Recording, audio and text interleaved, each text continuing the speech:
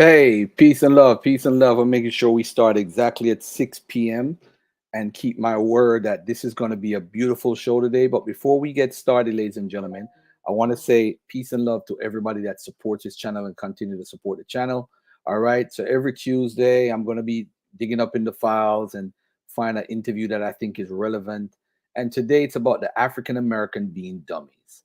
So, of course, today we have the beautiful Ronda Racha Penrice, who wrote the book. They have these series that they write called For Dummies, like Diabetes for Dummies or The History of America for Dummies. So she was the one that was chosen to write African, or chose to write African American for Dummies.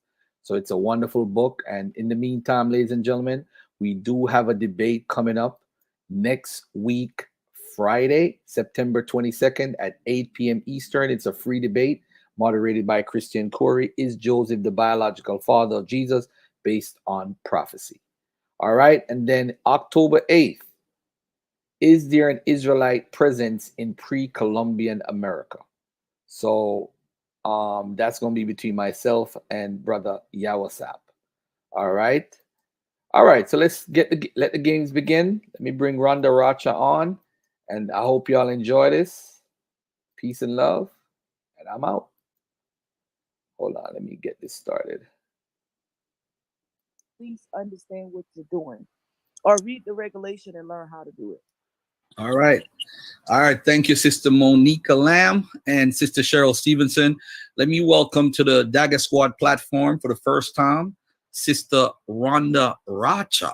How you doing, Sister Ronda? You could unmute your mic.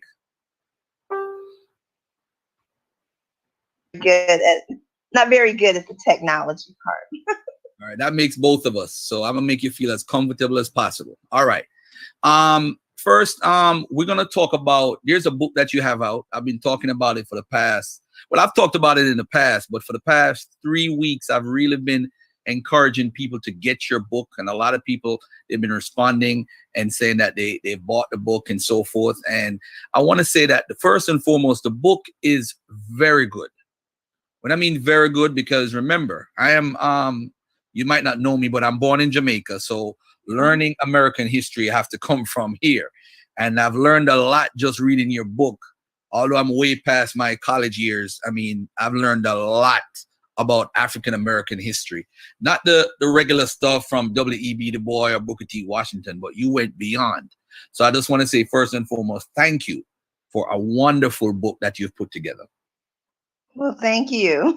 Thank you for saying that. I put a lot of care and attention in it because, I mean, I know that so many of us don't learn this stuff in school. And for the most part, even though I am blessed to have studied some of this in school, but a lot of it also comes from, well, most of it comes from independent learning. And having worked at, I used to work for this place called the Corley Black Review of Books. And at the time I worked there were a lot of reissues of Black books. Like there's one called The Black Phalanx that was published in 1896, which is it's a military history of Black American participation in all of the U.S. wars. And so there was Adam Clayton Powell Jr., who was, one of the most influential congressmen in the country. He had a memoir that was reissued. Duke Ellington's memoir was reissued. So reading stuff like that, also working as a journalist, a lifestyle journalist, traveling to many places and going to those places and going to people's individual museums, because a lot of history is also regional too. So there aren't many places where you can get a lot of detailed information in one source. And so I kind of tried to give a little of that in African American history for them. Okay. All right. Let me get to the book right away. And but before we get to the book, well, you actually just explained how you got into it, so I won't even ask that. But let me share my screen so I could show the folks actually the book while we're talking, so they have an idea what we're talking about exactly. All right, so let me go to my iBooks, and yeah, the book here is called African American History for Dummies, and African American by Ronda, Racha, Penrice. All right. Now, I'm looking through the book at the beginning, and as you can see, what about her? She's a Chicago native with deep roots in Mississippi, and it talks about some places that you've publications including the Quarterly Black Review of Books, Rap Pages, Essence Online, Nia Online, AOL Black Voices, and Uptown Africana.com. All right. So this sister is, she has experience writing and so forth. And I want to say it's put together to the point that there's a lot of controversy in the community right now. And actually, this book actually answers all the questions that are out there in the community. But what was it like putting this book together? And what obstacles did you have? Well, I mean, for me, I got a call. Apparently, Dummies had been trying to do this book for a long time, but people kept dropping out. So they got to the last, I guess, person pulling out, who was a professor, actually, and I was recommended to them. So I didn't have to go through the process of convincing someone to do it. It was already something that was in play. They gave me kind of like an outline that they had, but it was different things that weren't like, it was a great outline, but I had to shake it up because for me, I very much work in pop culture. And so one of the things that I hate about a lot of Black history books is that they're not very accessible. And for me, I mean, everybody has their role, but for me, I believe that the masses of our people are interested in this information. So for me, I just tried to make it as accessible as possible to tie in things that people would recognize. And some of them could become dated, but like, for example, chapter 5, which is about the Civil War. I'm like, let me look, because I'm like, ooh, I said that so quickly. But I call it, well, no, it's not chapter. No, it is chapter 5, Bringing Down the House, which is named after the Queen Latifah Steve Martin film, So Right. I really tried to do things that were engaging, because when I read these stories, I find it so compelling. Like, I mean, a lot of it is very heartbreaking. Like, there's history that I read and I'm just in tears, or whatever. But it's also like this resilience. And for me, like with the information, I wanted to communicate that, because one of the things that's almost always like transmitted to us is that, we as Black people, as African people, did not desire to free ourselves. And that is not the case. So every fiber of what I'm presenting in this book or in the work that I do is predicated on the fact that from the moment we got here on these shores and in other, places, we were always engaged in our own liberation. All right. I hear that. Chapter 1, let's go to chapter 1 for a second. You said there's a part 3 of it that's you talk about embracing the past. What do you feel about the importance of us growing up here so many years later after coming on the shores, through slavery? Why do you feel it's important for us to embrace the past? Because when a lot of people don't understand that, we're not the first people who wanted to be free. We're not the first of, our people who believe that, injustice is horrible. We're not the first people to fight. And it's very important to recognize that so that you can come up with better strategies. Like if you have the weight of thinking that you're the first ever, you know, group or generation to do something, then there are things that I feel that you're gonna waste time on that have already been established. So instead of building something new to the foundation, you're tearing it up and starting all over again. You know, like for example, you know, people will say, some history books have said that the civil rights movement in the 1950s, 1960s was the largest grassroots, you know, effort among Black people in the United States, and that's not true. It's Marcus Garvey, UNIA, without a doubt. Like in the early 1900s, you know, Marcus Garvey was packing thousands and thousands of people into like Madison Square Garden.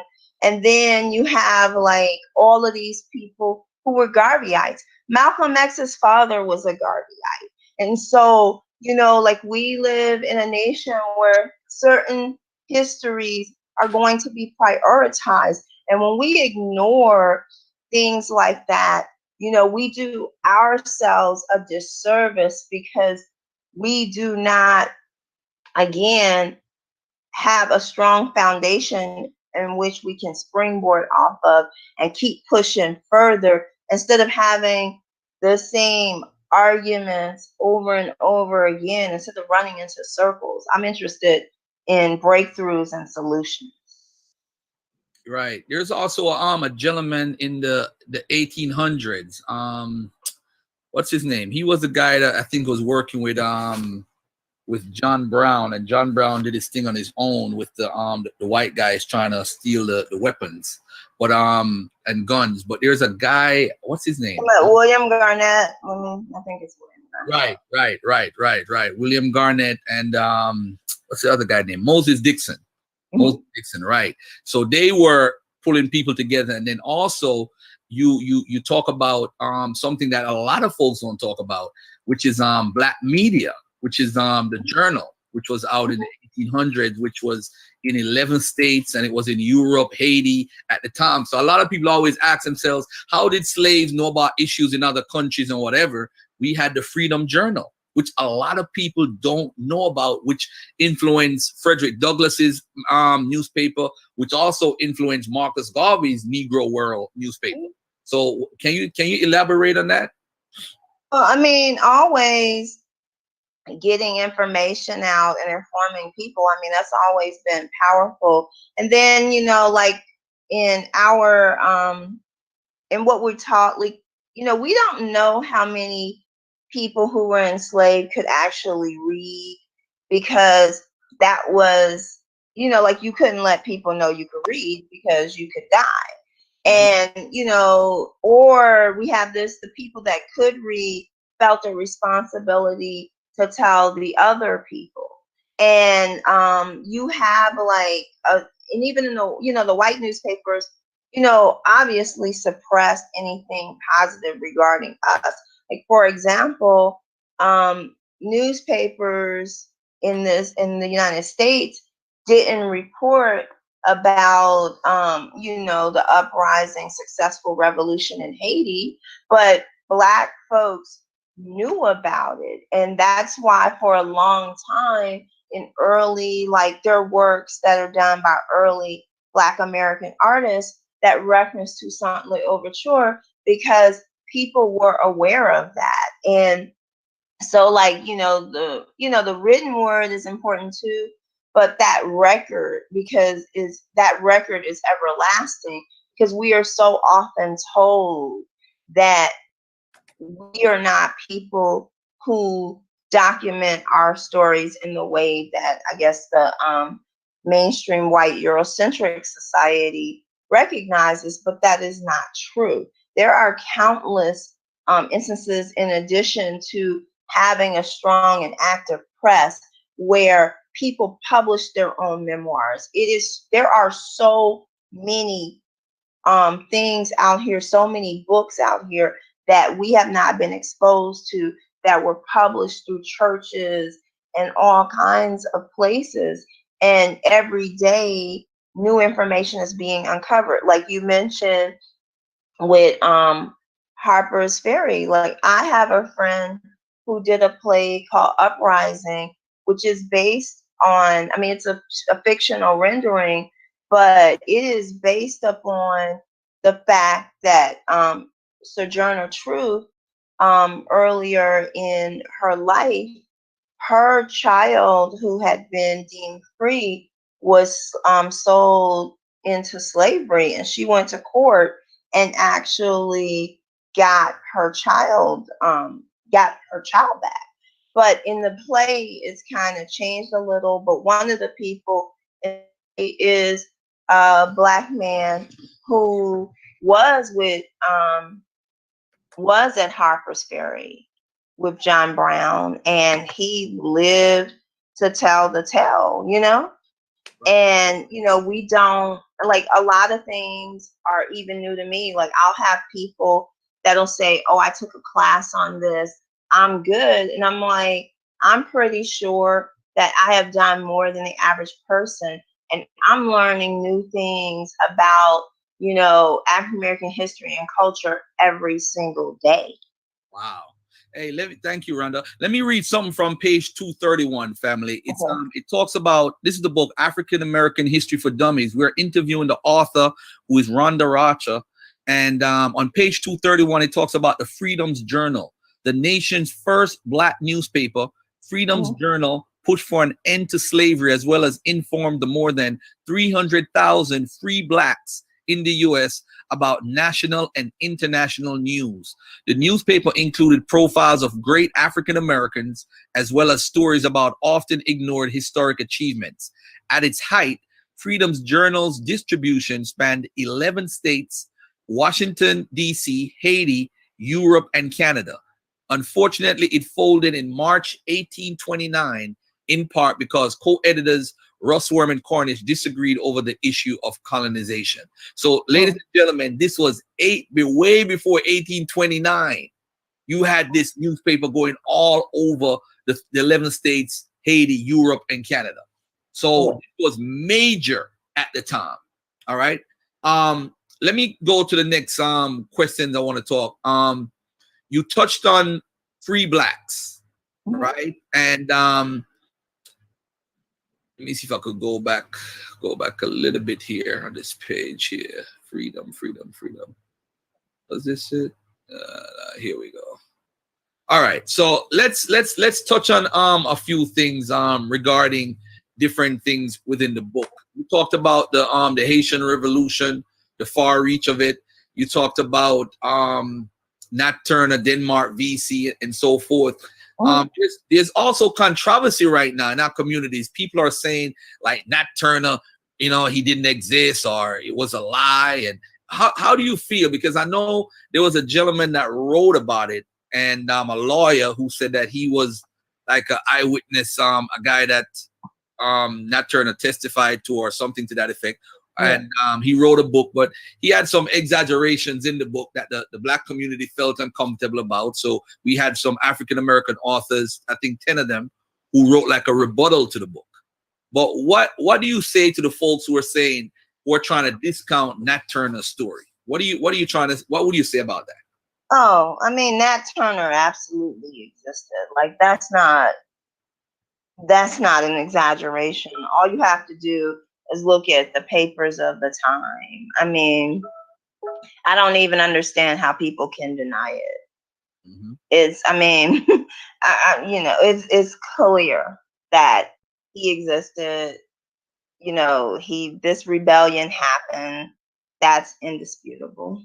So I don't really know how to address that, because it's not, I mean, it's something that's been a constant in history. I mean, you can see the live reports of it, you know, and, you know, I don't know. I mean, I just don't know how to address that, because All right. it's a historical fact.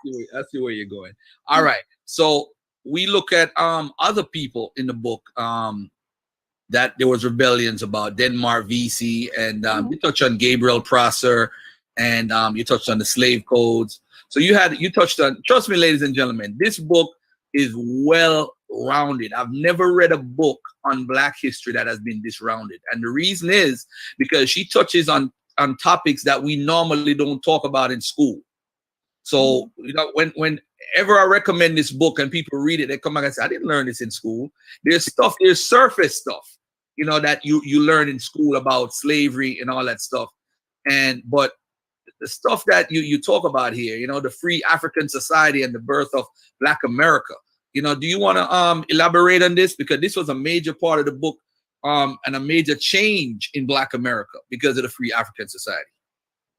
Yes, I mean a lot of, and I must say, you know, there were other books like John Hope Franklin, From Slavery to Freedom, has been around, you know, forever, and that's a staple. Like Lerone Bennett, who, you know, God rest his soul, he was a longtime editor at Ebony Magazine.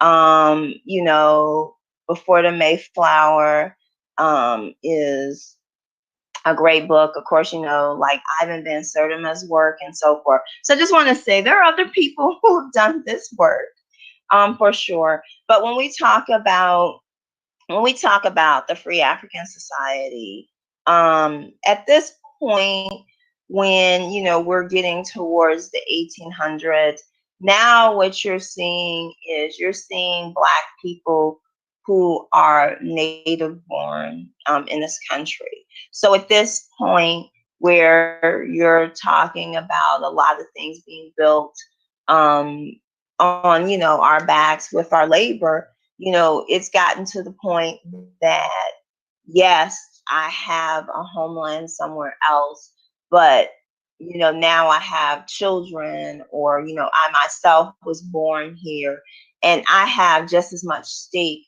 in this nation as anyone else. So to me, that's what that movement speaks to. Like, you know, this is where we are for whatever reason, and, you know, we're not abandoning here, because at the time, as you know, you kind of alluded to earlier, there were things like you know, colonization efforts where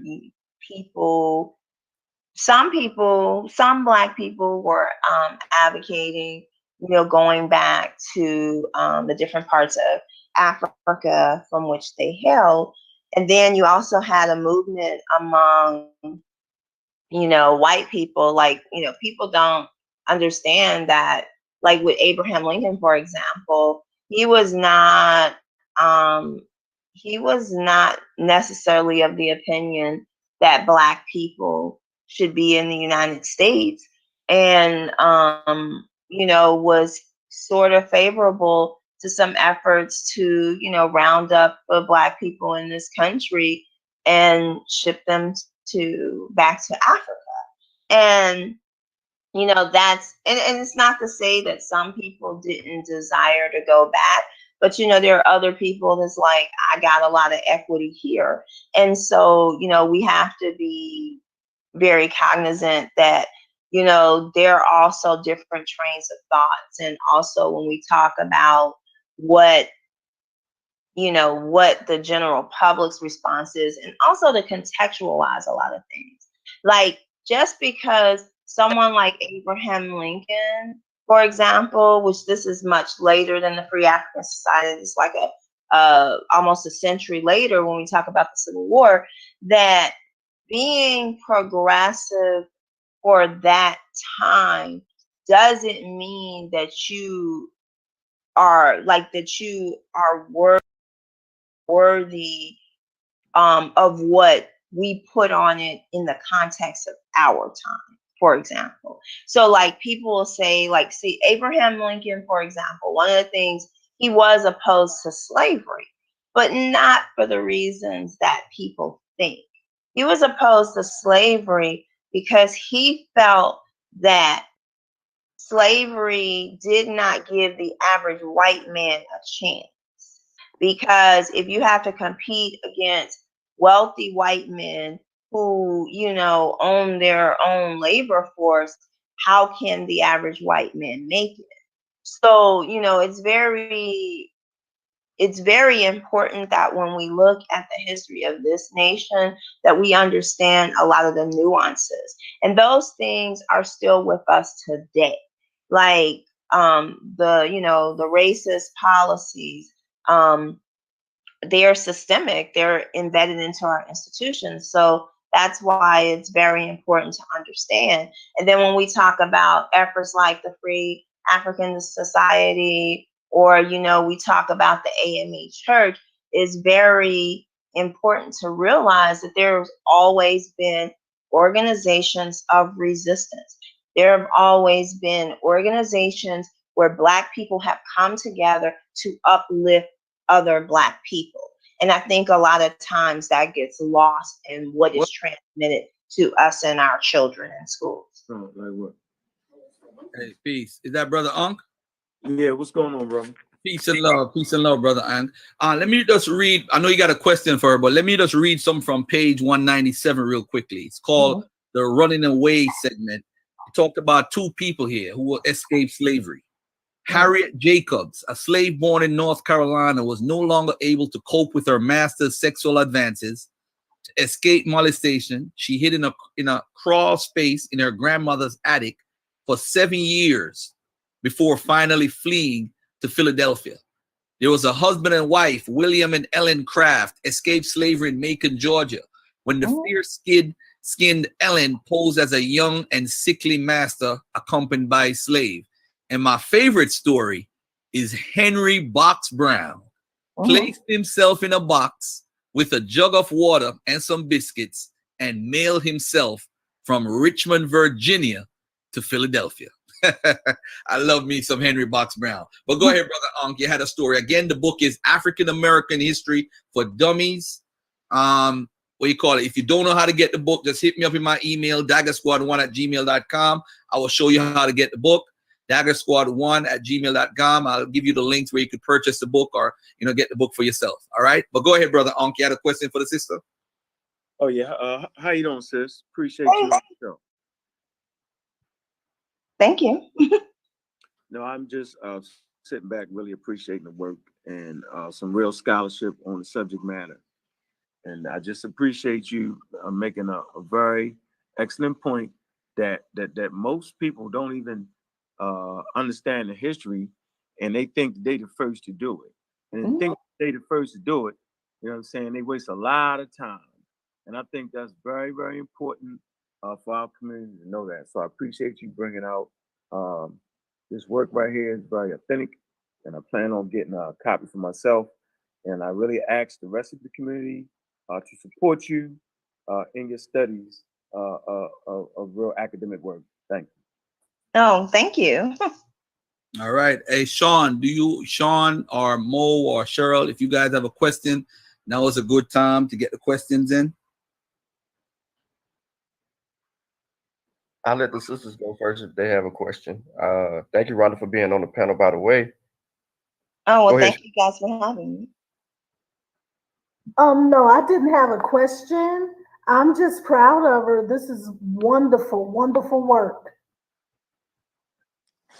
Yes, I want to say greatly appreciated, and peace and love to you, sis. And as Truthstorian said in the chat, MBK, they've been putting out some information, definitely confirmation to any of those who put out information for the public to see. I greatly appreciate it because you're outside of the norm of what we hear on YouTube every day, and so it's a confirmation to those guys and girls who are already putting the information out. I think it's important to know that someone outside of the normal YouTubers in what we call the conscious community has information. I think that's very important, especially for those who are trying to run along the lines of being a scholar, because having multiple sources to agree to your point is important. So much love to you, sis. Well, thank you so much. And I want to say, like, and a lot of times, you know, our information, like I got flack as to, you know, well, why aren't you doing, you know, the greatness of, you know, Africa and so forth. And for me, I'm like, you have to work yourself back to that point. You have a lot of people who, talk about that part of our grand history. And I'm not saying it's not an important part. I'm just saying that there are so many things that have happened in this country that people are not aware of, and we cannot skip the steps. For example, like I kind of like hate when, what I call a lot of victim blaming, in the sense that it'll be like you'll have these generalizations about, how Black people don't want, we're not establishing our own businesses and so forth. And that ignores the fact that, we've always had a desire to, have our own, communities, our own businesses and so forth.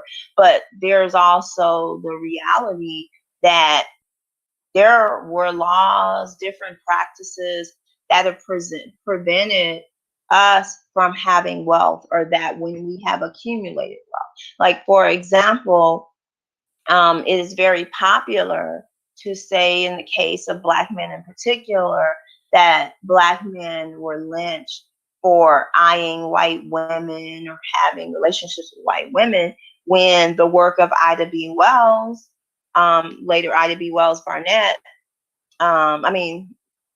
she was very, like adamant, and, dedicated a lot of her work to dispelling these myths about why lynchings occurred. And one of the things that happened is in Memphis, where she lived for a long time, she was a Mississippian, 3 of her friends who had a grocery store. It was a successful grocery store. Black people were supporting it. And then what happened was white people started to support it too. These 3 men were murdered because they were economically viable. And so many of the lynchings have that element to them.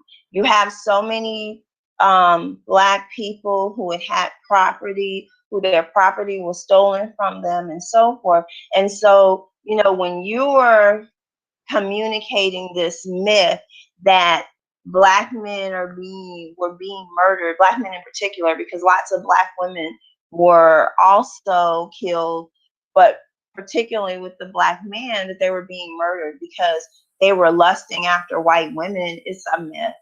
And the overwhelming majority of them were economically viable. And then you have, like, even, when we come to the United States, and, some of you as Caribbean people know this too, like when Black American people migrated from the South to the North, they lived together in, small spaces. They worked and put their monies together. There are lots of people who opened their first cleaners because their families came together and raised that capital, because you couldn't go to a bank and get a loan. But we don't get those stories. We don't get the stories about how people want to talk about the, amassing of wealth in this nation, and they want to ignore redlining. You have a period of where Black people are working just as hard, but yet when Black people went to go and apply for mortgages and so forth to get a home, they were denied. And you're paying taxes and doing all of these other things. So you have the government subsidizing other groups of people in order to, be homeowners and amass wealth. But then you blame Black people for, public housing and welfare and so forth. We really have to look at the way that wealth has been distributed in this country, because it's been wholly unfair. And when we say, oh, look at Jewish people and what they have done, you have to understand, what happened to Jewish people was absolutely horrible. But what you're seeing in this country is not happening in the belly of the beast. So the kind of rise and trajectory that has happened here that didn't happen in Germany, where you were under assault. And a lot of times, whereas Black people have been denied businesses or overcharged for rent, subjected to like different shakedowns and being forced to, pay bribes and so forth, other people have been able to come into our communities and been able to come at a lower bar and benefit from having businesses when we have not. So it's just so complex, and it's very important for us to realize and understand the level of attack on Black people in this country and how many different levels it takes. It is not just in one area. It is not you showing up and people are like, Black people can't go to school. It is so much deeper, and we have to realize that, because if we're going to continue to fight effectively, we have to know how deep this runs. So with that point you just made in reference to the different groups, so I've been listening, I've been watching, and especially when it comes to demographics and certain groups of people and what they're being privileged with and without. And with this recent conversation of Aboriginals versus Africans versus Native Americans versus Native Alaskans, or whatever category ethnicity that they want to put on there, you think that has stifled us from getting specific privileges honed down? And I speak in reference to businesses and some of the social advantages that we could get. So for example, I've noticed, well, Sharon and I have noticed in the last couple of years that privileges to women boomed in business. So of course it was easy for that category. Then it went to Native Americans, where they start having their own little category of privileges when it comes to business. And then it seems as though, and I listened to Dr. Clark Anderson when he says, Black people don't fight for anything, or we get pushed out, where now with us, we are fighting these different little ethnicities that we're trying to hone in on, that really is kind of playing against us from a historical perspective, to prove your point of why you are entitled to certain social privileges. Well, let's say this: when it comes to Indigenous Americans, recently I've just been watching a lot of, documentaries on what has been done to Native American people in this country.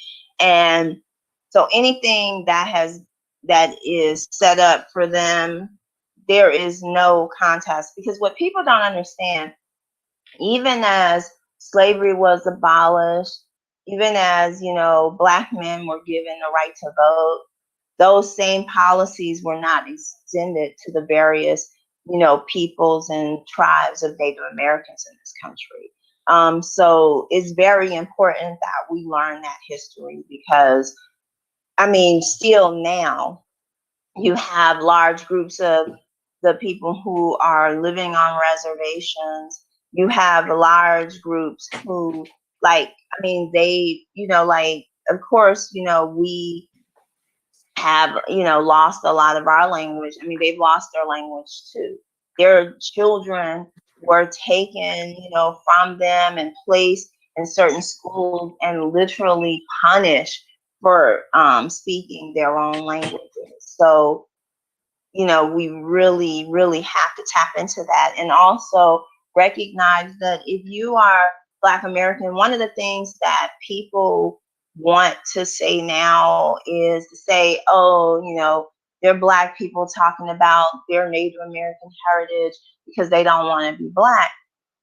When the reality is, there are a lot of people who have Indigenous heritage, because when we are taught about, what Native Americans are, we tend to think that they're in Oklahoma. We don't really learn about the Trail of Tears and that when you talk about indigenous Americans, that it was North Carolina, Mississippi, Georgia, or Alabama, or even that a lot of these states, Mississippi, Illinois, these are indigenous names.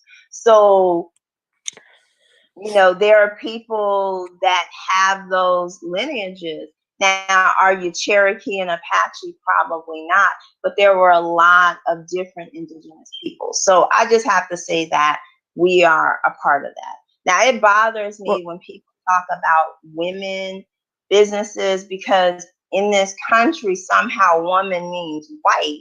And so when you are extending certain things and you're saying that it supports women, and we look and almost all of it is for white women and the rest of us are ignored, that is a problem too. But because in this country, somehow we don't, it's not communicated that you can be racist if you're not a male. Well, one of the things I've noticed, especially with the businesses, that they move the goalpost around a For lot. sure. So when you talk about okay, classifying women in business, there would be another underlying rule that said, okay, well, you could be a woman owned, but your standard for insurance have to be 5 million or 10 million, or depending on the type of business that it's in. I think it's very important, especially when you're speaking in terms of business and the privileges of it. Because so we can claim, we can claim or set our ethnicity to any claim that we want to. However, when it comes down to business, which is a lot of area of which a lot of people try to tap into from those demographics, is that there are other business practices that will that they will bring up to try to keep you from getting that edge. And I know insurance, being bonded, or having a certain, well, the dollar amount doesn't stifle you, that kind of gets you in the door, but the insurance would be one, and then sometimes they'll throw in different types of occupational licenses and things of that nature. But I know one of the ways you talked about working together, you talked about collectively how we work together back then to kind of push our businesses ahead. I think one of the hardest areas for our people is the integrity of working together, growing money, and then safeguarding those funds and ensuring that it is distributed properly and fairly. And it kind of holds, and it kind of keeps us in a certain standstill. So when we get beyond knowing who we are, and then it's time to work together, is where we kind of are at a little halt. Well, we have to be part of the solution. Like if, we know that certain things are a problem, we have to like share what we know and bring people together. And, everybody's not going to be on board. You have to move with who's moving with you. So, for example, when I was a student at Columbia in New York, Kwame Ture, more widely known as Stokely Carmichael, when he spoke to us, he was talking about when, he would go places to lead marches and there would be 3 people there. But he didn't stop because of who wasn't there. He moved on with who was there. So, like, a lot of times when we're talking about what other people aren't doing, we have to be the people that do. So if you know that in your business, you have made a breakthrough and there are other people that are in, other people like you who are in that business who could be subjected to those pitfalls, even if that person is not as receptive, like, just give the information and keep it moving. Like, we can't keep hoarding things and talk about what isn't being done. Like, for me, my family is deep generations in Mississippi. And so one of the things that I learned from my grandparents, who were born in 1920 and 1925 respectively, was that, you know, we as Black people, when we know something,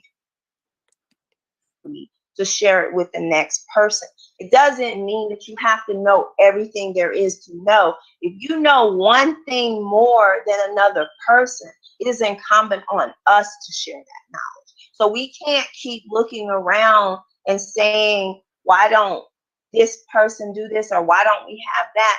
We have to be, as you know, Alice Walker has phrased, we have to be the change that we want to see. We have to be. There is no other way. We as a people, we are not going to get anywhere unless we try to get there together. Now, trying to get there together again doesn't mean that everybody is going to be on board. It just means that what you need, especially now, is just a critical mass of us to keep pushing forward.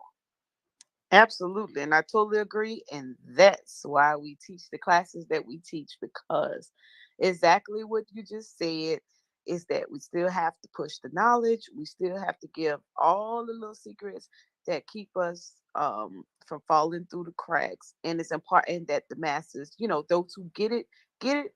And those who are not really tuned in now, it'll be there for you later so that you can jump aboard. Yes, Thanks for absolutely. Garfield.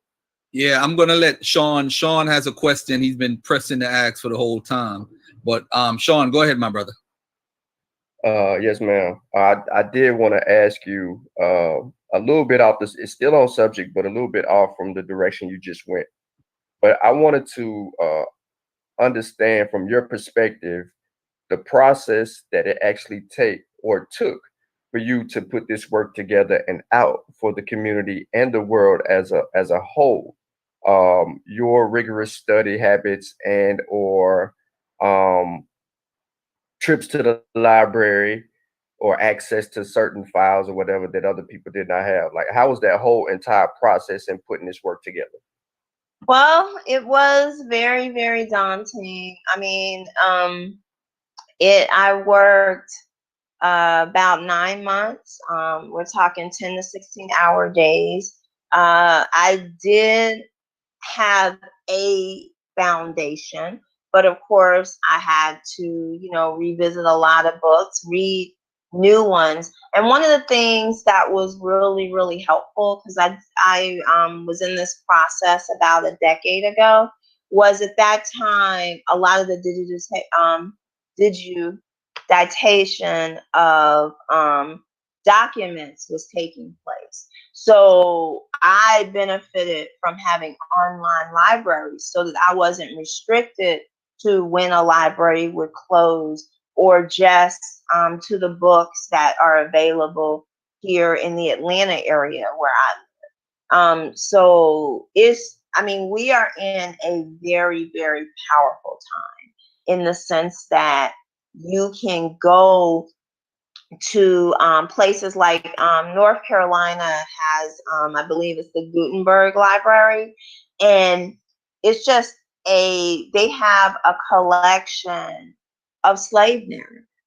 And, you know, not the famous people, because people are familiar with Solomon Northrop's story from 12 Years a Slave. That was one of the more famous ones. His book was like a bestseller and so forth. But depository of, you know, works that are more widely available. When Garfield talked about Freedom's Journal, like, I was able to see that actual copy and read it on the internet. So there is just an overwhelming amount of resources now that just was not imaginable in, you know, the 1990s when I started a lot of my work. And I mean, it's just more stuff coming. And you have people who are, there are a lot of people majoring in African American history these days, and just uncovering so much information. For example, when we talk about the 20 or so Africans that came to what would become Jamestown, Virginia, or to that area, I should say. You know, now, like, they know that those particular people came from Luanda, Angola, and that the ship that they were on was on the I want to say it's the San Miguel Batista. It's in the book, so forgive me if I don't get that completely correct. But then how you had like the British privateers raiding the cargo and creating the White Lion, and they ended up in this part of the country. Like, a lot of this stuff is very well documented. And, you know, these people, like when you talk about slave ships and so forth, you know, these people kept meticulous documents. The problem has been that in the past, these documents were only available to certain people. You have so many things that are locked away in archives, and unless you know what you are looking for, you'll never be able to access that. And so we're living in a time now where there's a push to, you know, put things out there to save them, because, you know, there are newspapers that, you know, they're not, you know, paper doesn't last forever, and there are special preservation things that have to happen. But now with the ability to place that information online, we are looking at being able to access information that we could just never have envisioned to be possibly available to the masses of people. So that helped a lot. I mean, it was a lot of dedication. I had people who stepped up big time for me. Like, you don't necessarily get a lot of money to do these things. One of my old bosses, who is Black, she paid my rent. You know, it's all kinds of stuff. So it's definitely for me, and for me, it's definitely what I see as my life mission and purpose. So I definitely poured everything that I could into it. And it's amazing to me that when you have been giving a purpose, when you think about, like, I went a few years back, I went to Acapulco, and I went on a tour, and there was this particular way that certain buildings were built, or so forth. So when I went to Gullah Geechee country in South Carolina a few years later, I was like, oh my goodness, I saw this when I was in Acapulco. And the guy was like, well, you know that the Spanish had been in this part. So those kinds of things kind of come together, or going to a trip to the Dominican Republic and learning some of the vegetables and different fruits and stuff that were brought here to this part of the world and that are indigenous to this part of the world was very helpful. Everywhere that I go, when I travel, I always try to find what some of the local history is. So all of those things have fed into, you know, what I do. I'm a big African American literature person. So, you know, when Garfield was talking about Harriet Jacobs' story, her incidents in the life of a slave girl, if you take an African American literature course, especially on the East Coast, that is one of the books that you are going to encounter. So it's just a culmination of a lot of things, but definitely as I did this, I mean, I would have to write whole chapters in 3 days. I mean, it was very intense, and I, you know, stopped sleeping in my bed. I had to sleep on the couch so that I wouldn't sleep too long and so forth. So it's definitely a lot that I put into it. Wow. Let me That's ask. a question, go.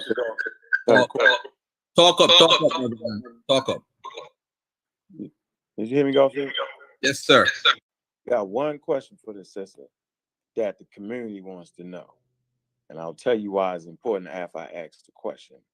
How can you trust the white people that wrote the newspapers? And how can you trust the white people that wrote down the records of the slave ships and the transcontinental kidnapping trade?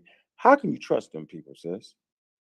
Why would they lie? If they said that they took 5,000 people, why would they lie about that? And also, it's important to note, like I said earlier, that all of the sources that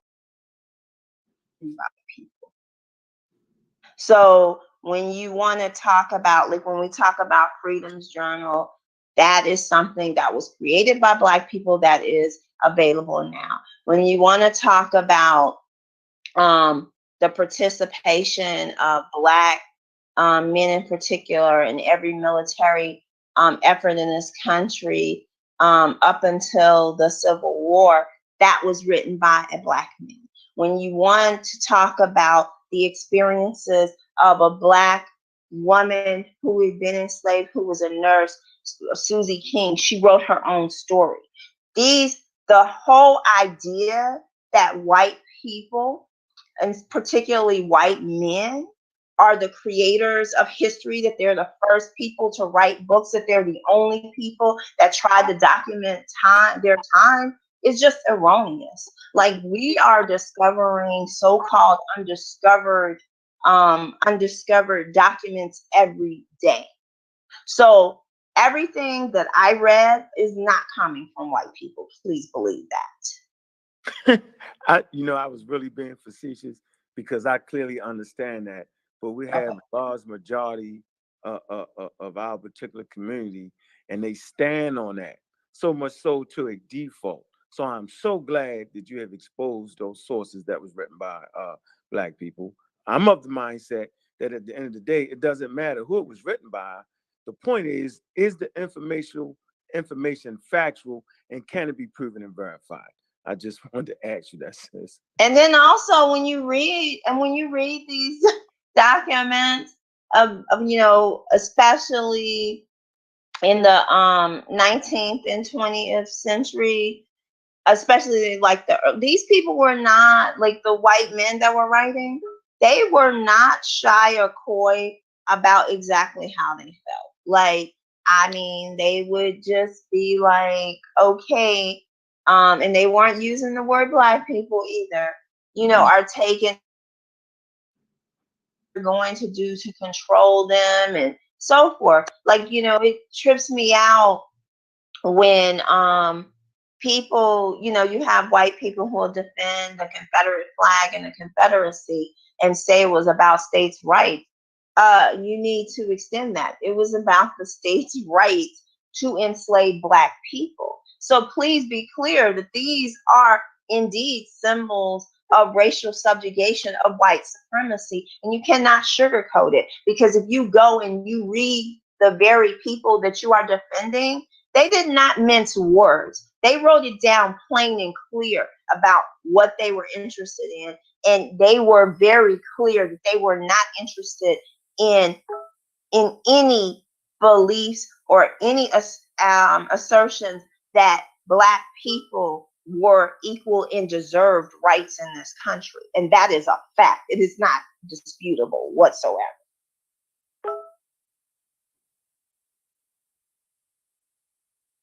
All right, I have one more question. This actually came from the chat room. It asked, did you study under Eric Foner at Columbia? No, I did not. I'm aware of Eric Foner. I've read some of his works. And when I was at Columbia, Eric Foner and Barbara Fields were there, and they've done a lot for Reconstruction. But I had other people, like I took an American politics class with Charles Vernon Hamilton, who co-wrote Black Power with Stokely Carmichael. and worked in the Carter administration. I took a classes as well. And I did stuff like Black women's religious experiences. For that class, I did a paper on Black American missionaries to Africa that was very informative. A lot of the works that I was exposed to come from doing my own research. I took a class for American history, and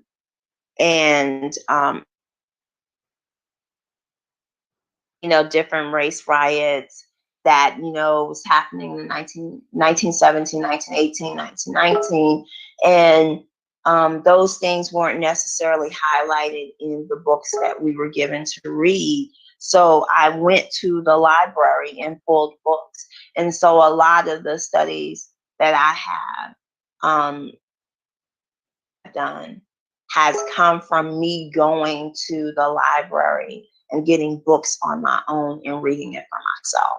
And then, later on working on projects, when I was at Ole Miss, the University of Mississippi, doing Southern Studies, going to archives and, going through boxes of material and finding things, talking to different people and being led to different sources, again, visiting independent regional museums and exhibitions and so forth. So it's been a more exhaustive.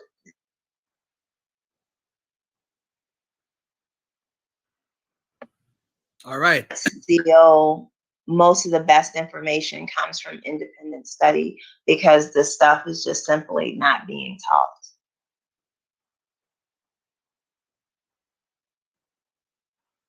All right. Peace and love. All right. So this is what we're gonna do right now with Sister Rhonda. There's one more thing. And by the way, ladies and gentlemen, the book is called African American History for Dummies. So most of the stuff that we've talked about is actually in this book. So this book to me is like a reference point for more, for if you want to go in-depth research. It's not like she talked about a topic and went real deep, but she gives us a foundation if we intend to study more African American history. And the reason why I'm talking about this book so much to the community is because there's this conversation going around right now that I feel this book can play a vital role in our individual research in looking at it from different perspectives. One of the things I noticed you mentioned, I got to ask you this, is that in the argument for slavery and to end slavery, those who say we should continue, one of the elements that came up is that they try to just, the two sides use the Bible. One said it was the Christian thing not to enslave people, and the other side said, oh, because of the Bible and the curse of Ham, we should do it. So I'm just saying, wow. So you're on a scale, both sides are using the Bible, one for good and one for bad. So what do you feel about that whole situation? Well, it's very interesting because initially there was kind of this belief, like, say in the early 1600s that, Christian people couldn't be enslaved. And so you had, Africans who were like, wait a minute. Like, I'm Christian now. And you had some people that actually went to the court system and petitioned for their freedom because you couldn't, there was a belief that you couldn't enslave, Christian people. And so, it's like the Bible, as with any book. There are people who will look at it and justify what they're doing, and there are other people who look at it and don't see the same thing. One of the things that's very popular to say is that Christianity, that a lot of Black people were brainwashed by Christianity. When you know about David Walker and some of the other people, is that whereas you may have been taught by like white ministers and stuff that, you know, you as the children of Ham were, you know, to be enslaved. Like a lot of Black folks looked and said, well, you know, Moses, and, you know, we are the chosen people, and, you know, we are going to get out of this, which is why when you listen to a lot of early, you know, Negro spirituals, that you hear references to, you know, the promised land and Moses leading you out of bondage and so forth, because Black people, there are a lot of Black people who looked at the same Bible and interpreted it so many different ways. Like and when you talk about also like early Black American literature in particular, it's very like biblical. And there are different passages that are embedded into the writings, and it's very clear that for a lot of Black people, that certain messages were in the Bible were used for liberation and not like as a justification for your for the continued you know, subjugation of your people. And also another thing to note is that there is overwhelming evidence that Black people infused some of, you know, their African, you know, religious practices into Christianity. And also there's this notion that Christianity was, you know, like created or at least massively distributed. Well, I shouldn't say that. It was massively distributed by the white man. But Christianity, like, where is the birthplace of Christianity? Like, there are definitely, when you look at certain religions that are on the continent that predate Christianity, you see similar stories. So this whole idea that white people have a stronghold on Christianity is not true to me. And I know that when I was younger, reading the Bible, like my brother and I, we would always be like, well, how could Jesus be white? Like based on these descriptions, you know? And just different things that you read, it just didn't make sense. And then, you know, when you learn like certain stories, what part of the world they're from. So I think that we don't give a lot of the people that came before us enough credit, because you have to look at the spirit of the religious practices and not at the face of it. Like one of the things that happened for me a few years back is I went to Brazil, and I went to Brazil during the Boa Morte, which this organization is considered one of the longest running ones of people of color. They don't know how far it dates back. And you have this whole order where they believe in order for you to have you know, I guess a good afterlife, you had to have a good death. And so these practices take place alongside the Assumption of the Virgin Mary. So we were like in this ceremony where you had these priests that were basically all white, and you had this depiction of the Virgin Mary, which was a white porcelain doll. But then the actual, like, when you got into the ceremony and among the people, the practices were so not what the picture was. And it was interesting to me because what I recognized in Brazil, some of the things that I felt in my family's country church in Mississippi. And even when I was growing up, like, you know, you have a lot of emphasis on Jesus some places, but when I was growing up, it was a trinity.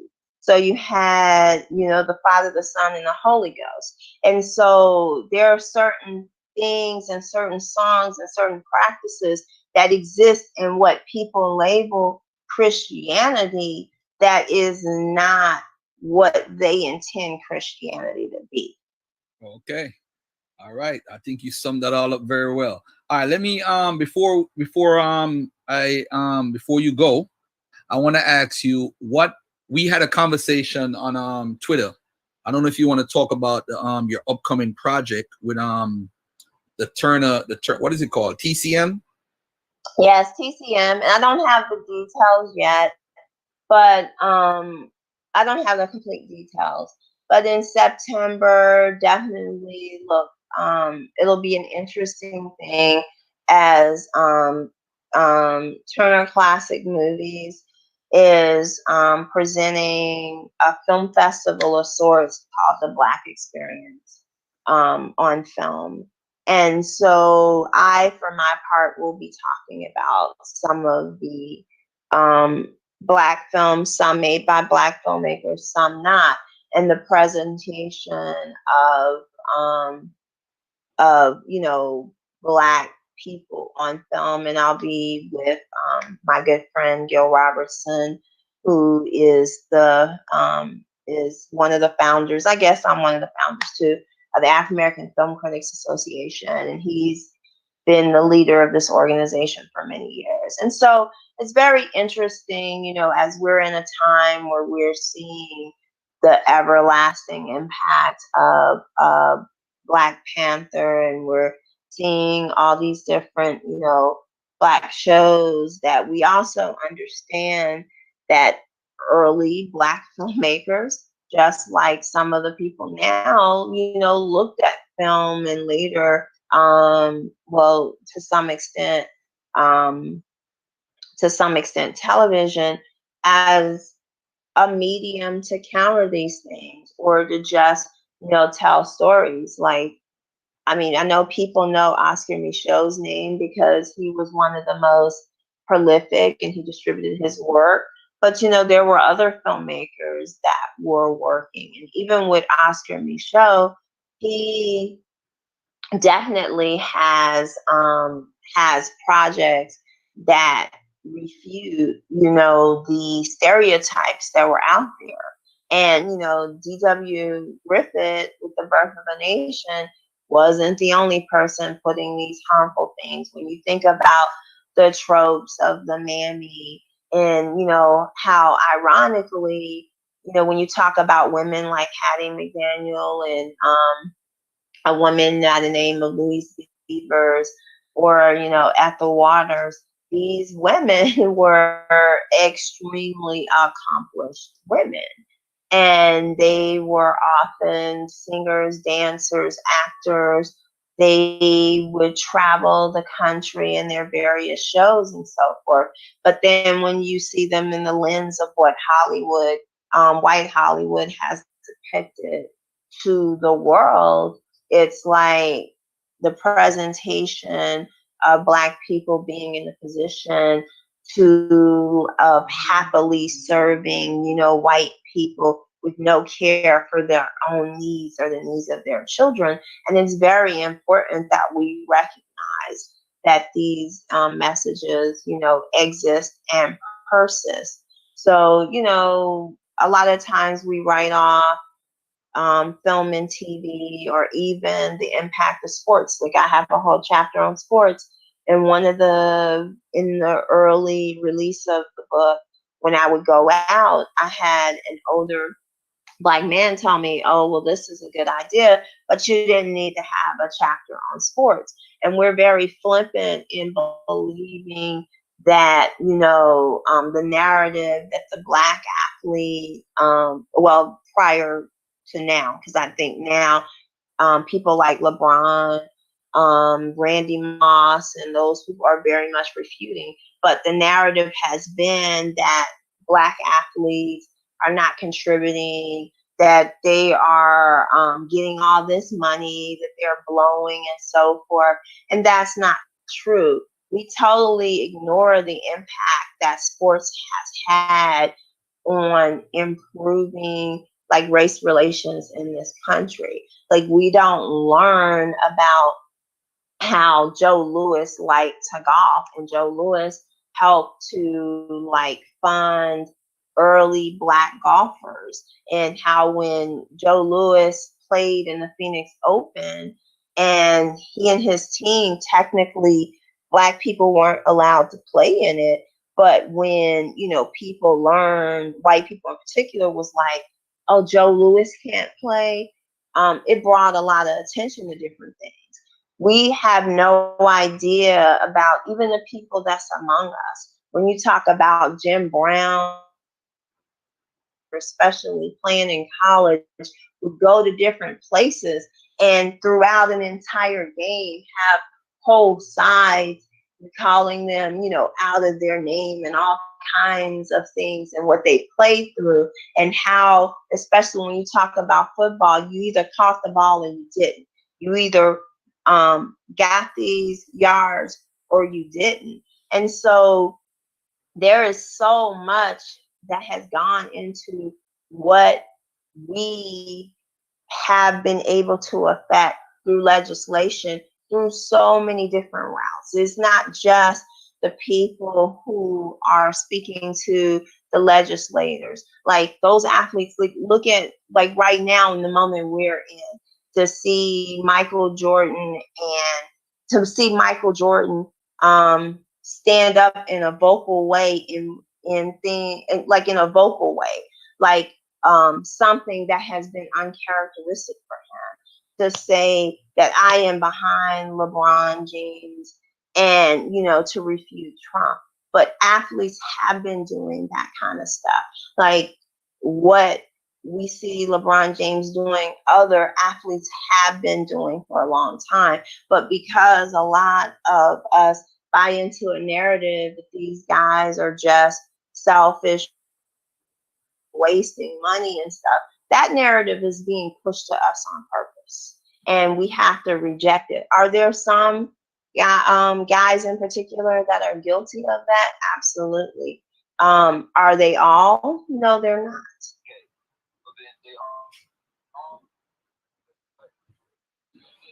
Hello? Yeah.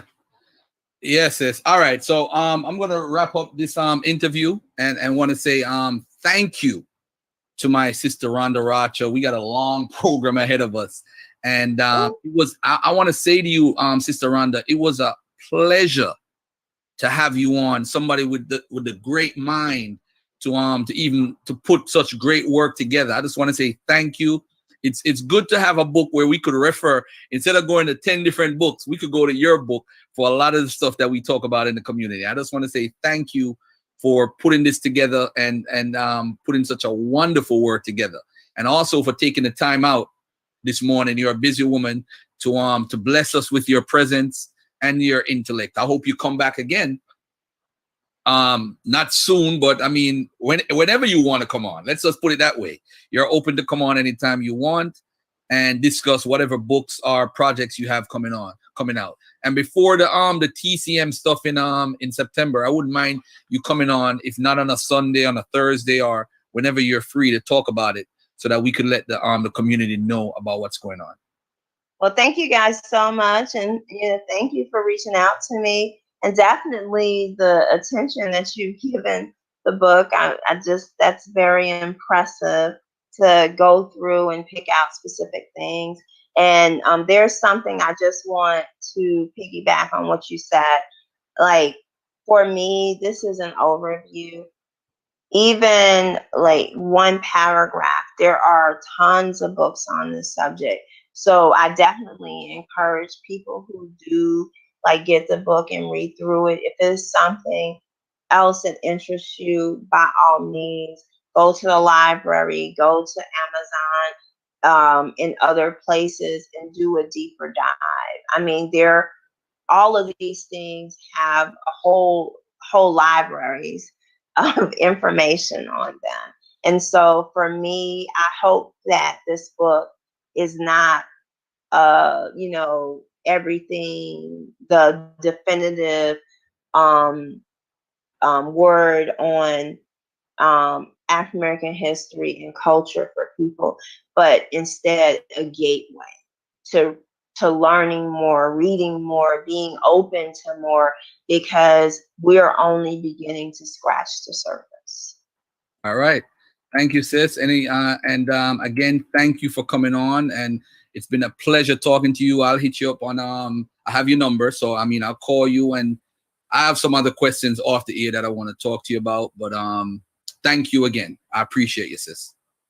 All right. Thank you guys. Have a great Sunday. You too, sis. All right. All right, family. That's Sister Ronda Racha, and that was a fresh breath of air, you know, as far as the interview and as far as the information. What do you guys think about the interview? And if anybody wants to call in, 1-800-518-2817. That's 1-800-518-2817, and we could talk about what's going on. Where's everybody at? Everybody gone? Well, I like the fact, Garfield. You know, when people write books, they know where they get. You could tell when they wrote their own, and they know where they get their content from. They can back it up. They can share the info with ease, and it's not a matter of a push-pull effect of where the info come from, but knowing exactly where you got it from, why it was important for you to push out to the community, and then building up on that, and know whose shoulders you're standing on. And I think that's important. I think too many people put out information, they have no idea on how to build on their own information, or how to, instead of combating folks on info, but just to build on it. I think that's a very important stance on. Hold on a second, Colin. Hold on, Mo. Lord Abba, this is what I'm going to do. I'm going to set up a date where me and you could have a conversation. I'm going to have probably Tahar Kabir come and be the moderator, because I don't want you to feel like I'm cheating in the debate. And what we're going to talk about is Islam, who are the original Moors, Islam. And the reason why I brought up if Moors are pedophiles, because one of your master teachers in your community teach that. So that's why I asked, brother. Not that I feel that way. I didn't find any information in it. I'm just trying to see if you have the information, my brother, Lord Abba. But again, I want to know if you want to have a debate. Let's set up a real debate, right? If we want, we could do it on your channel, do one on my channel, and we do one on the neutral planet. We could do a three debate series on Islam. Like I said, man, I commend you for having the sister on. I like to thank her for even coming on and building with us today. Stop. Hold on, sister. Hold on 1 second. What were you saying, sis? Hello, can I say something? Yeah, go ahead, sis. Okay, like both American, referring to descendants of slaves that came over on ships. And when you look at the census records, like 1860, you see people who are interviewed saying that they're African. And as a matter of fact, even in the 1790 census, the nationalities question was asked on page 2, and all the people that put black said they were African. So this is not something forced on us. This is what we identify ourselves as. So it wasn't an issue then. It's been going on for centuries, sister. Let me share my screen for the family real quickly and just show what I'm talking about, because I think there's a lot of misinformation that needs to be cleared up as far as the term African. Because if we're referring to ourselves as African, that's us. They adopted that. They didn't want to call us Negroes and all these different names, but at the same time, even when they call us those names, we still call ourselves African. Okay, but you see, Garfield, you're from Jamaica, so okay. You have a different history of your own colonization. I don't know. I guess the way they telling the story about Jamaica these days, like there's no indigenous left, and all of y'all is Africans. Which if y'all believe that, then y'all just I got the Brooklyn Bridge to tell you. Stop. Hold on, sister. Hold on 1 second. What were you saying, sis? Hello, can I say something? Yeah, go ahead, sis. Okay, like both of you have valid points. If you're looking for records that are in the United States and you're going to look for your family or whatever particular history, then there are records that are colored records and white records in certain places. There are at certain points where people use Negro, and there are places where people use African. All of those things have to be used. So when I'm looking at certain things, if I worked on a research project in Mississippi, so I know to look for colored in phone books when I'm looking for certain people, because there are white and black people who have the same name, but you know the difference because of how they are identified. So yes, you have those designations, but also, as Garfield, points out too, that you have groups of black people who do identify themselves as African. And even when we look at books like, for example, people talk about Phyllis Wheatley. Well, in her work, she mentions the people in Africa from which she comes. And as you read a lot of slave narratives, people will reference what part of the continent they are from, what people they are from. But because of how a lot of those things have been presented to us, people just say African. They don't get specific with, people knowing they were Falana, people knowing that they were from certain regions and certain people and spoke certain languages. Those things are not communicated to us, but they are there. And when you start to dig deep into those sources and people who are not brought to you in like a mainstream way, you will find those things to be true. In Clarksdale, Mississippi, for example, in the 1930s, they had a road there that was called New Africa Road. You have different names when it's broken down that come from particular parts of Africa that are African names. So you have these things that are around us, but that are not acknowledged. But now, if you're going to seek records from the United States of America, you're going to encounter slave, colored, Negro, and so forth. So they're not opposed. What you guys are saying are both correct. So, sis, what do you think about DNA in reference to Tiny Records? Well, it depends. Like,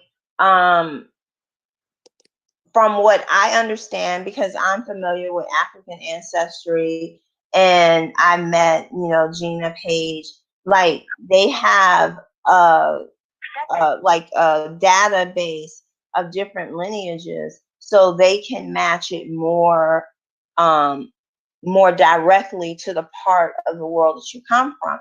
And it's something that's very interesting that I read years ago. There was a woman, and I can't recall her name. She was doing a project on head wraps from all around the world. And she spent time on the continent.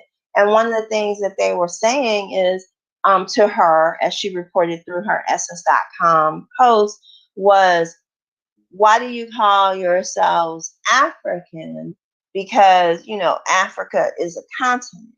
And they were saying to her, well, I can look at you and figure out that you're probably from this particular people. So why don't you get more specific in saying who you are? It's funny, prior to Henry Louis Gates in African American Lives, and he had Oprah Winfrey on the show. When I was in Swaziland, like in 2005, I remember this woman saying how like crazy it was that the Zulus had Oprah Winfrey thinking that she was Zulu, when anybody could look at her and tell that she was not Zulu. And so when they did her African American Lives, one of the places through the African ancestry DNA thing that they found is that she was more than likely from the Kempele people. And I thought that was very interesting, having had the experience of someone saying years before this program was even in existence that they could look at Oprah Winfrey and know that she is not Zulu. Hey, great point, sis. Hey, caller, hold on 1 second, caller. Hold on 1 second. Let me just show the audience something real quickly here that I wanted to say for the sister. Her phone call had dropped, but I wanted to show the audience something real quickly here. If you look at this website, and for anybody who's from Jamaica, it's very important because this is what I use to actually track my ancestors. All right. And this is it has almost every piece of documentation that you could think of as far as slavery. How many Jews were there, how many Arabs came, how many the Roman Catholic records, all the records. So when you look at the slave records here, I'm just going to make a quick payment. Hold a second, caller. Let me just make a quick point. If you look at this right here, this has the records from 1702 to 1749, how many slaves came in to Jamaica. And by the way, it's recorded that 1.2 million slaves came through Jamaica, or some stayed, some left. But if you look at how many slaves came in that 50-year period, almost 300,000, 108,000 was shipped out. 190,000 remained. But look at now at the historical records, because you're talking about British colonies. If you look at the spike in the records of the numbers of black folks, you look here at 1740. Because remember, the slaves from Barbados and Jamaica outnumbered the American slaves 3-1. So if you look at the spiking here in the population growth of the black people, which are actually Africans, and you look down here, 1760, you see the population growth. And then you look at the numbers in Jamaica, you see that there's a correlation. I'm going to go into it tomorrow because I'm doing a show on the Jamaican independence tomorrow. But I'm going to go into that. But one last thing, for just to answer the lady. When you look at the U.S. Census, 1790, they had questions on page 2 that refer to the national origins. And 90% of the people, which was the black people, said their origin was African. And look at the mode of incorporation, involuntary immigrant. So this tells you who they are. Why would Native Americans or Indians claim that they're African? I don't know why. Somebody just got to answer that for me. But caller, you live. Go ahead. Good afternoon, Garfield. First of all, I want to say, great show. You had a great guest on there. She's still on, brother. She's still on. She's still on. Okay, good. So I just wanted to say a few things real quick. One, a way to answer the last caller, caller who called you, the record that you want to look for is look at the runaway ad.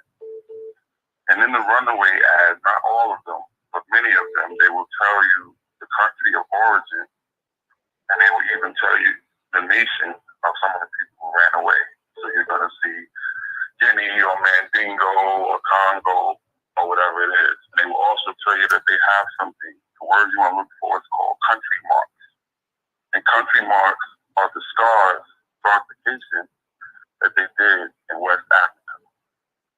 So that's the source where you're going to find, or one of the places where you're going to find the sources where you find out the nation of the people that were here. You have to look at the runaway ad because they give very detailed descriptions on the paper, on the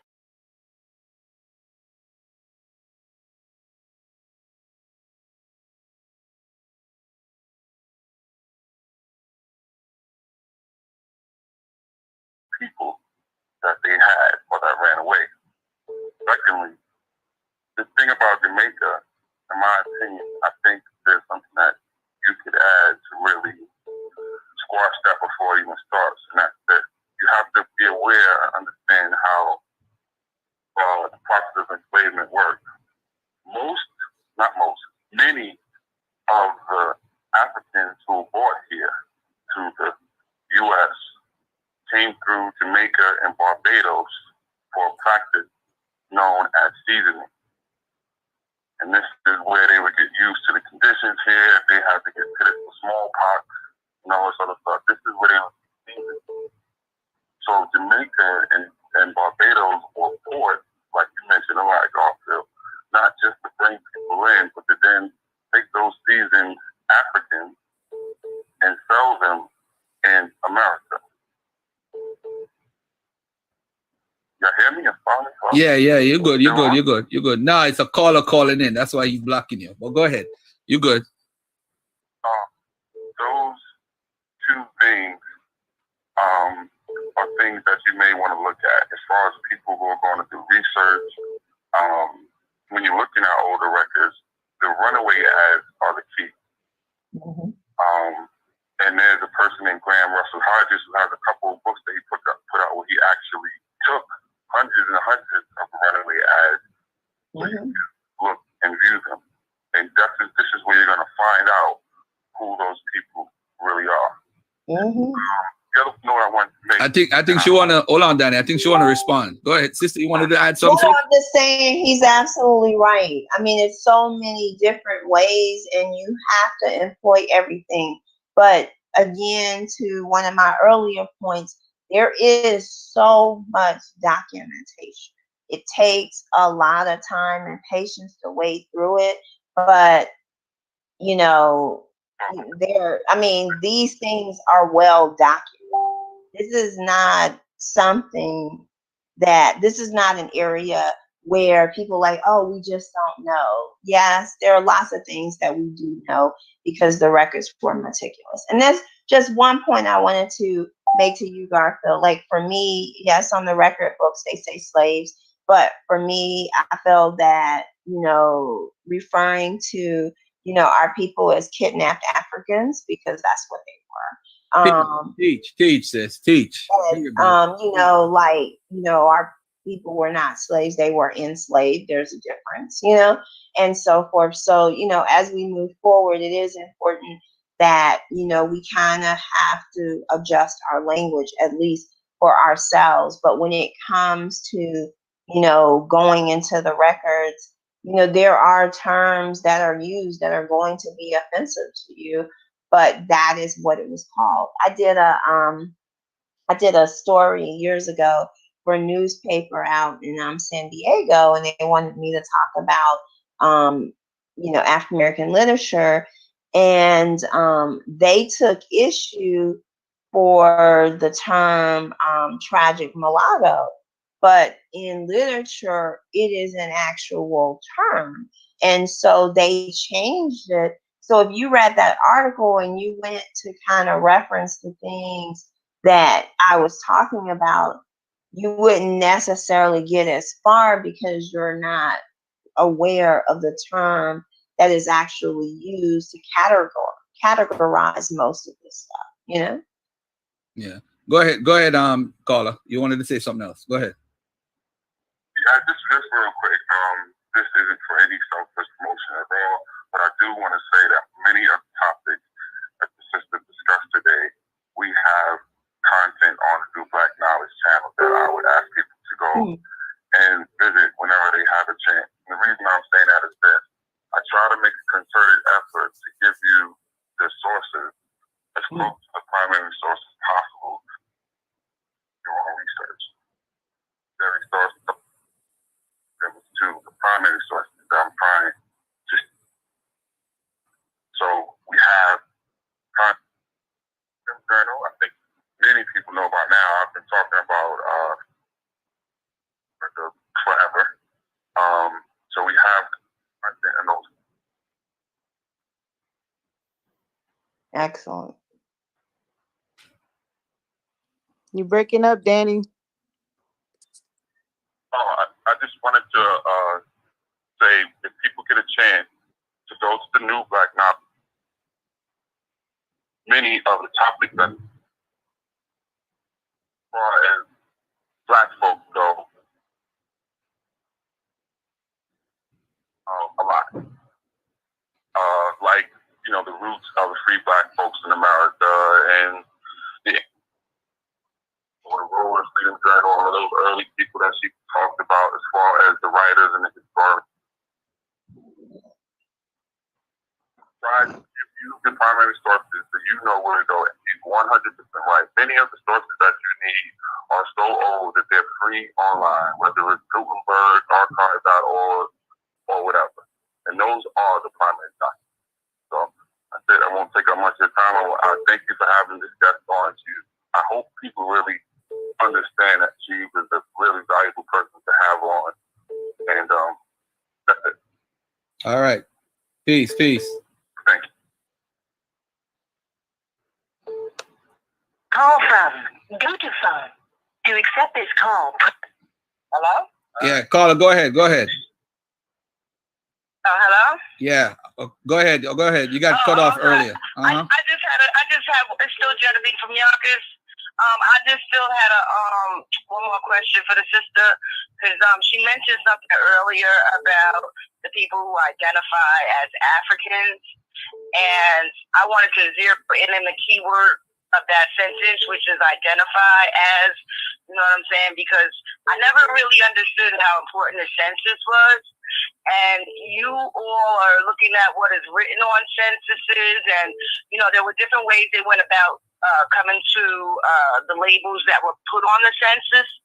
And sometimes people checked off things for themselves that was a misnomer, or probably not the proper way to identify themselves, but because of ignorance and because of, you know, a lot of unethical laws and because of, you know, poverty and a lot of things, and nobody really understood how important some of those things were, because they were just learning like these new laws and this new language and all of these things.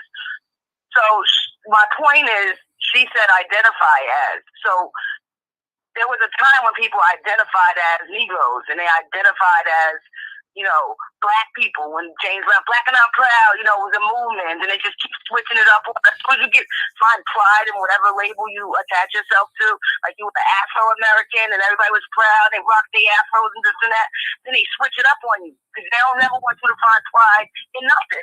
So that's the reason why we got to find a new thing, the African thing, and then you get different people that come in from different places, and they group us all into this one. I don't know if it's a All right, let me ask you, sis.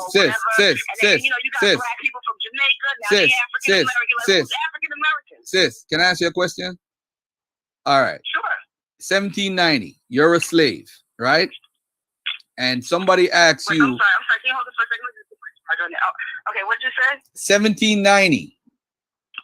1790. 1790. The census is being taken, okay. Right? They ask you. They ask you, what's your nationality, right? What are you gonna tell them? 1790, it wasn't really too many choices. 1790, they didn't ask you anything. They all right. Hold on a second. Hold on a second. Hold on. Your hair's wavy. You're a little light. You no, fit in this category. Sis. I asked you a question. They had two options on the front page of the census. The option. Are you in front of your computer? Are you in front? Yeah, I'm in front of my computer. All right, look at the show right now on YouTube. I'm gonna show you something right now from the raw data of the 1790 census. I want you to look at this, right? I want you to look at my screen right now. This is the 1790 census. I'm showing on the screen. This is the raw data of the 1790. This is the questions, all the questions that they asked. 2020, a new census. Hold on, sister. Hold on. Listen, sister, are we gonna dialogue or are you trying to debate? Which one? No, I'm dialoguing. Listen to what are you looking at the screen? Listen to what I'm saying right now. Now, if you look at this, if you Google the census, you're not gonna see this information. I had to go to Pittsburgh University and sign up for them and get the information from the original, from the primary source of what they used to write this book, the one that I showed earlier. Now, the reason why I'm showing you this is because you said that people did not know what they have. Now, I'm trying to tell you that they knew exactly who they were, because when they asked them where they came from, which option they were looked on as Black. When they asked them their nationality, that's the key issue. If I'm an Indian, why am I saying I'm African? That is my whole beef with the whole census argument. Why am I saying I'm African? Because if you look at this family, look at these questions. Number of persons of Scottish nationality. Number of persons. Oh, she hung up. Okay. Number of persons of Irish nationality. Look at the screen. It gives you all. And to my Hebrew Israelites, they even ask number of persons of Hebrew nationality. If you want to use that and run with it, go ahead. Number of persons of all other nationalities. So if you are someone of Indian descent, why are you telling the people that you are African? That's all I'm asking. That's all I'm asking. It's a great point, Garfield. Slaves. Look at the bottom. Look at this. Number of families holding 1 slave. Number of families holding 2 to 4 slaves. The questions on the census, when you look at the raw data, is different than what we see on the internet. On the internet, it'll show you that, oh, you're going to choose between black and white, and then there's these other categories, free white person and free this. There's like 5 categories. But this is the raw data of the 1790 census. You can't go around this. Why are these people saying they're African? Garfield. That's a great point. That's a great point, Garfield. I just want to let you know that. I think the sister has mischaracterized the show that was going on. I think the sister brought, your guest brought documented evidence, and she showed that it was different names on these documented evidence. So for the other sister to call in from New York to refute it, she has to go put in 10 years of documented information or whatever it is to have a counterpoint to really what the sister is saying. And this is the difference in the community. Those who really, the sister talked about spending hours on the couch as not to get sleep, to finish, to put this book together. That's a whole different level of just calling in the show, trying to refute what she's saying back and forth, and then trying to refute you. It's levels to this. And so we just need to recognize that you just can't call up and refute the points. I think we all get it. I want to make the point that after 500 years of living in North America, okay, not having a gene exchange with those who are on the continent of Africa, I just like to say we've become a whole new tribe, and we need to embrace that. Whatever name we want to come up with, we are a tribe unto itself. You know, for lack of a better term, we call ourselves the African Americans. And I think that's a powerful tribe, one of the most powerful tribes in the world. We need to embrace that instead of running, wanting to be the cowboys and the Indians and steal and rob and take other people's history, acting like Europeans in that sense. You know what I'm saying? So we need to slow down for a minute, put in the work that this sister has put in, then come back with a point that's going to somehow dismantle the information she's brought, some way dismantle the work that the Dagger Squad is doing, somehow dismantle the work that the Amaral Squad is doing. It's a bunch of foolery going on here. So we need to slow down, relax, and enjoy, right, a person that has put forth a book that we can all purchase. And if you don't think it's right, put the time and effort in to refute what she's written, plain and simple. I just wanted to make that point. Well, thank you.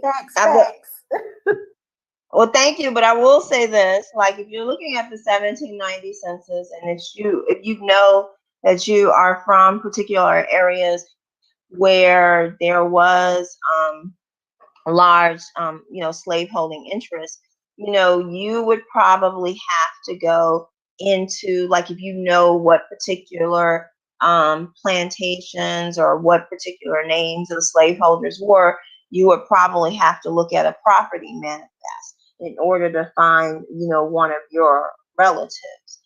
Also, there was a point that you were making and I just lost. But that part of it. And then there are so much different information that is being uncovered. So there is nothing wrong with, having a point. And some of the things, again, if you know that your family comes from particular areas, the chances are that they probably were not legally free. Oh, I also wanted to make the point that for me personally, African American is a term that is acceptable in the academy and stuff now. I personally prefer Black because I feel that Black is a global unifier. And so and I make a point in the book too, you can be an African American in this country and not be Black.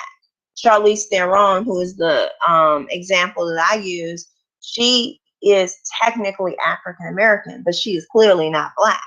So for me, I think that Black unites us, whether we're in Brazil, whether we're on the continent, whether we're in India, whether we're in the Caribbean. I think that Black unites us globally. So that's why I have a personal preference for the term.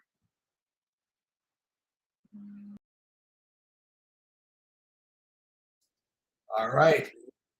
I want to say thank you guys for tuning in, and thank you for taking the time out to listen to this beautiful, beautiful show. Thank you, Truthstorian, for calling in. And I want to say thank you guys for tuning in. So next week, I'm going to have Raw Bond talking about the civil rights movement and the Nation of Islam. And that's going to be a beautiful discussion. All right. Thank you, ladies and gentlemen. Peace and love. And here we go. Peace. Thank you.